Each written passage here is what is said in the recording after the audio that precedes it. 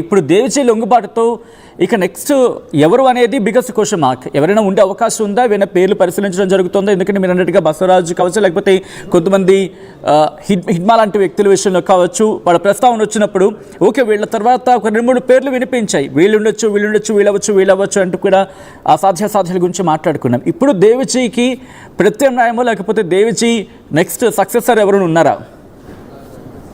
సచిన్, ఇదే అంశం ఇప్పుడు చర్చగా మారింది. దేశవ్యాప్తంగా ఇదే చర్చ కొనసాగుతుంది. నిన్నటి వరకు మార్చి 21 తర్వాత ఏ రూపాంతరం చెందబోతుంది, మావోయిస్టు పార్టీ విఫలాలు ఫలితాలు రెండు కూడా ప్రధానంగా చర్చించుకుంటున్న పరిస్థితి. పొరకల దొర నుంచి ప్రారంభమైన మావోయిస్టు పార్టీ చరిత్ర మావోయిజంగా మారింది, మావోయిస్టుగా మారింది.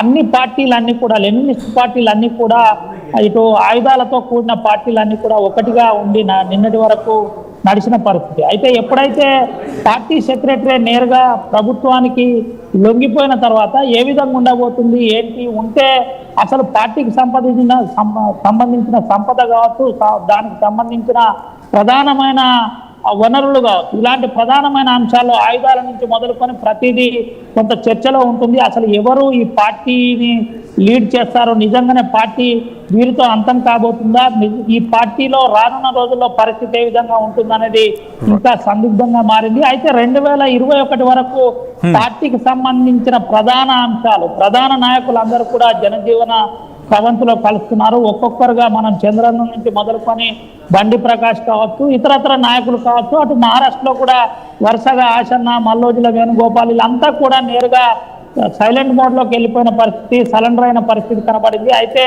21 తర్వాత ఈ మార్పు ఏ విధంగా ఉండబోతుంది, నిజంగానే ప్రజల్లోకి వచ్చి ఉద్యమం చేయబోతున్నారా, కలిసి ఉద్యమం చేయబోతున్నారా, ప్రజా సమస్యల మీద ఏ విధమైన పోరాటం చేస్తారనే కోణంలో కొంత చర్చ కొనసాగుతున్న పరిస్థితి. 1967లో కూడా ఇలాంటి పరిస్థితి ఒకసారి పార్టీకి వచ్చిందని చెబుతున్నారు. ఆ 67లో కూడా అటు ఆయుధాలను వీడి కొంత ప్రజలతో పార్టీ కలిసి పనిచేసే ప్రయత్నం జరిగింది. అనంతరం మళ్ళీ 1 నుండి 2, 2 నుంచి 6, 6 నుంచి 10, 10 నుండి దండకారణ్యం చేరుకుంది అనే ఒక చర్చ కొనసాగింది. రేపటి ఈ మార్పు ఏ విధంగా ఉండబోతుందో ఇంకా చర్చనీయాంశంగానే మారిన పరిస్థితి. ఆ 21 మార్చి వస్తే కానీ తెలియదు. అయితే సెక్రటరీ నేరుగా పార్టీకి చీఫ్కున్న సెక్రటరీ ఇప్పుడు ప్రభుత్వానికి లొంగిపోతున్నారు. అది తెలంగాణ రాష్ట్ర ప్రభుత్వానికి లొంగిపోతున్న తరుణంలో దీనిపై ఏ విధమైన చర్చ జరుగుతుంది, ఏం జరగబోతుంది, ఏ విధంగా ఉండబోతుంది అనేది ఇంకా సందిగ్ధంగా మారింది. అయితే ప్రధానమైన అంశాలు దీంట్లో కొన్ని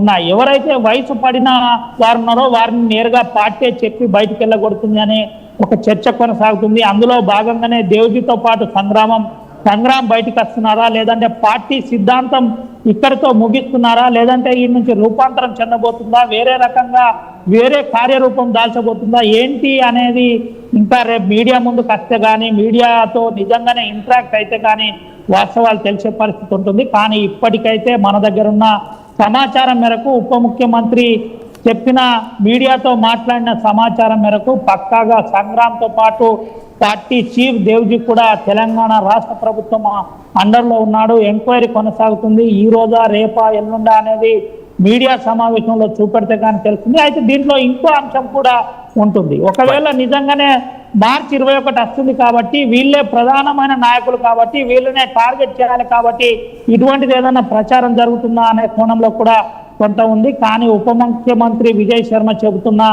ఆధారాల ప్రకారం ఇప్పటికే తెలంగాణ పోలీసుల కంట్రోల్లో ఈ ఇద్దరు ప్రధాన నాయకులతో పాటు ఇంకొంతమంది ముఖ్య నేతలు కూడా ఉన్నట్టు కొంత చర్చ జరుగుతుంది. ఉంటే దామోదర్ ఉన్నాడా, దామోదర్తో పాటు ఎవరెవరు ఉన్నారు, వీళ్ళతో పాటు ఇంకా తెలంగాణ రాష్ట్రానికి సంబంధించిన క్యాడర్ ఎవరెవరు ఉన్నారు అనేది చర్చనీయాంశంగా మారింది. అయితే రేపటి అంశంలో అధికారికంగా డీజీపీ ప్రకటిస్తే కానీ తెలియదు. కానీ ఇటీవల కూడా తెలంగాణ డీజీపీ తన ఎక్స్లో ఒక ప్రధానమైన అంశం చెప్పే ప్రయత్నం చేశారు. మావోయిస్టులు అందరూ లొంగిపోవాలి, మావోయిస్టులకు మేము ఆహ్వానిస్తున్నాం, కేంద్ర రాష్ట్ర ప్రభుత్వాలకు అనుగుణమైన రిహాబిలిటేషన్ కలిగిస్తాం, ప్రధానంగా ముఖ్యమంత్రి రేవంత్ రెడ్డి సమక్షంలో లొంగిపోవాలి, మీకు ఎటువంటి హాని ఉండదు, మీకు కావాలంటే మీడియా ద్వారా రండి అని ముఖ్యమంత్రి తన ఎక్స్లో పెట్టిన విషయం తెలిసిందే. ఇది వారం రోజుల కిందట పెట్టింది. అయితే వారం రోజుల కిందట పెట్టిన తర్వాత కూడా కొంత మనం దీనిపై కూడా చర్చించుకోవాలి. నిజంగానే ఇటువంటి అంశం ఏదైనా ఉందా, అప్పుడే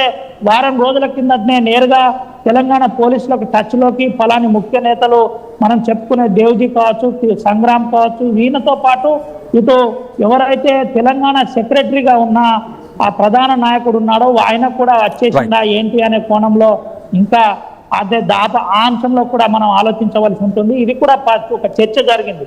మావోయిస్టు పార్టీ అంశంలో ఎప్పుడు లేని డీజీపీ నేరుగా తన ఎక్స్లో ట్వీట్ చేశారంటే మళ్ళీ ఏదో చర్చ జరగబోతుంది అనే చర్చ కూడా అప్పుడు మొదలైంది. ఏది ఏమైనప్పటికీ తెలంగాణ పోలీసుల ఆధ్వర్యంలో ప్రధానమైన ఒక హిట్టింగ్ జరిగింది, పెద్ద విజయంగా చెప్పుకోవాలి. అది ఒక పార్టీ చీఫ్ ఒకవేళ కనుక సరెండర్ అయితే భారతదేశ చరిత్రనే ఇది ప్రప్రదంగా మిగిలిపోతుంది. ఇదే ప్రధానమైంది ఉండబోతుందని చెప్పుకోక తప్పదు. ఇప్పటిదాకా పార్టీ సెక్రటరీ స్థాయి వ్యక్తి ఎక్కడ కూడా ప్రజా జీవితంలో వచ్చింది నేరుగా లొంగిపోయిన చరిత్ర ఎక్కడ లేదు కాబట్టి ఇదే చరిత్రగా మిగిలిపోయే అవకాశం ఉంది. Sachin right, interesting developments. Thanks for the update Ravi. Morning నుంచి కూడా దీనికి సంబంధించి బ్యాక్ టు బ్యాక్ అసలు ఏం జరుగుతోంది, దాంతోపాటు ఎటువంటి కీలకమైన డెవలప్మెంట్స్ ఉన్నాయి, వీటన్నిటిని పాయింట్ టు పాయింట్ జరుగుతున్న డెవలప్మెంట్ని ముందుంచే ప్రయత్నం చేస్తోంది ఆర్టీవీ. ఇక్కడ రైజ్ అవుతున్న క్వశ్చన్ గురించి మాట్లాడుకుందాం. మావోయిస్టు అగ్రనాయకుల లొంగుబాటు ప్రభుత్వ ఎత్తుగడలో భాగమా? ఇది క్వశ్చన్ రైజ్ అవుతుంది.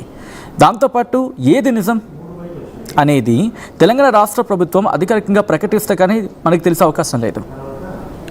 అధికారిక డీజీపీ చెప్పాల్సి ఉంటుంది, లేకపోతే తెలంగాణ పోలీసులు మాట్లాడే అవకాశం ఉంది, లేకపోతే తెలంగాణ పోలీసులు ఎవరైనా మాట్లాడితే కనుక ఈ అంశం మీద అది కాస్త అథెంటిక్గా ఉంటుంది. అంటే ఎవరు లొంగిపోయారు, లేకపోతే ఇంకా ఎవరెవరు లొంగే అవకాశం ఉంది, అండ్ లొంగుబాటుకు సంబంధించి ఎటువంటి డెవలప్మెంట్ చోటు చేసుకున్నాయి, ఆ టైంలో ఎటువంటి డెవలప్మెంట్స్ ఉన్నాయి, దీనికి సంబంధించి పూర్తి డీటెయిల్స్. అండ్ ఈ అంశం మీద మీ అభిప్రాయం ఏంటి కామెంట్ చేసే ప్రయత్నం చేయండి. బట్ ఇదే అంశానికి సంబంధించి రియాక్షన్స్ వస్తున్నాయి. ఫ్యామిలీ రియాక్షన్ వచ్చింది, ఫ్యామిలీ రియాక్షన్ చూద్దాం.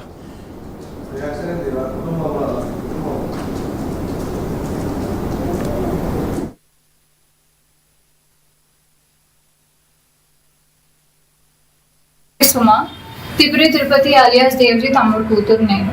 నిన్నటి నుండి న్యూస్లో ఎన్కౌంటర్ విషయాలు వస్తున్నాయి. ఇవాళ దాంట్లో తిరుపతి కూడా ఉన్నారు అనే న్యూస్ అటు ఇటుగా వస్తుంది. అది ఎంతవరకు నిజం అబద్ధం అనేది మాత్రం తెలియదు మాకు. ఒకవేళ పెద్ద నాన్న కనుక పోలీస్ ఆధీనంలో ఉంటే కోర్టులో హాజరుపరచాలని కోరుకుంటున్నాము. అలా కాకుండా ఒకవేళ ఎక్కడైనా షెల్టర్ తీసుకొని ఆయన్ని భద్రంగా ఉండాలి అనుకుంటే ఎలా అయినా మాకు ఒక చిన్న ఇంటిమేషన్ ఇచ్చినా కానీ మేము వెళ్ళి తీసుకొచ్చుకోవడానికి రెడీగా ఉన్నాము. ఎన్నో ఏళ్ళుగా ఎదురు చూస్తున్నాము.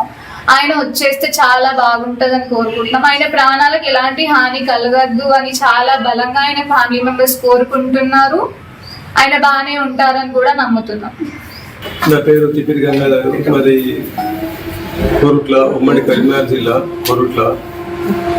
దేవ్జీ తిరుపతి అలియాస్ దేవ్జీ మా సొంత అన్నయ్య. దాని గురించి ఈరోజు రకరకాల ఊహాగానాలు మీడియాలో పోలీస్ అదుపులో ఉన్నాడు దేవ్జీ అని, కొన్ని ఛానళ్లలో ఎన్కౌంటర్ అయినని వార్తలు వస్తున్నాయి. ఈ వార్తలు వినడం ద్వారా మేము బాగా చెందుతున్నాము, ఆందోళనకు గురవుతున్నాము. పోలీసులు కానీ ప్రభుత్వాలు కానీ నక్సల్స్ ఎవరైనా ఉంటే వాళ్ళు జనజీవన స్రవంతిలో కలవాలి, మేము వారిని ఆహ్వానిస్తున్నామని చెప్తున్నారు.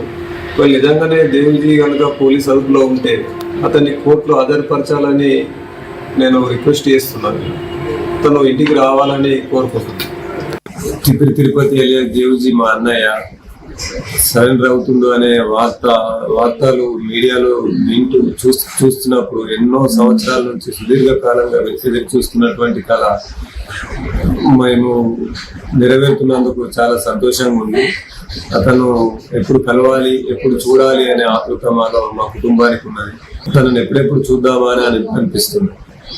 ఎన్నో ఏళ్ళుగా ఎదురు చూస్తున్నాము. అది నెరవేరే రోజు వచ్చినందుకు చాలా హ్యాపీగా ఉంది. పెద్దనాన్నని ఎప్పుడెప్పుడు చూస్తామని కుటుంబ సభ్యులందరం ఎదురు చూస్తున్నాము. ఏమైనా తిరుపతి గారికి నమస్తే అన్న. దయచేసి ప్రస్తుతం జరుగుతున్నట్టు